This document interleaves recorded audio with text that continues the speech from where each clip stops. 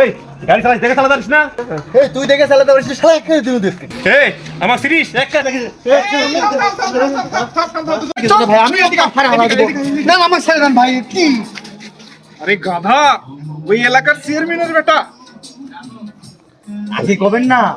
আগে কি করে কমু? তুমি তো কাম করেই ফেলাইছো, এখন মীমাংসা করবো কি করে সেই চিন্তা করতেছি। একটু মীমাংসা করে দেন ভাই, তাছাড়া তো আজ আর রক্ষা থাকছে না। কত গাড়ির ক্ষতি মনে করো না করলেও হয়ে গেছে, এখন তো খালি খালিও শুনবে না। কি টাকা করবো? পয়সা আছে কাছে? আছে কত? দাও। সমস্যা না ভাই, এটা মীমাংসা করেন ভাই।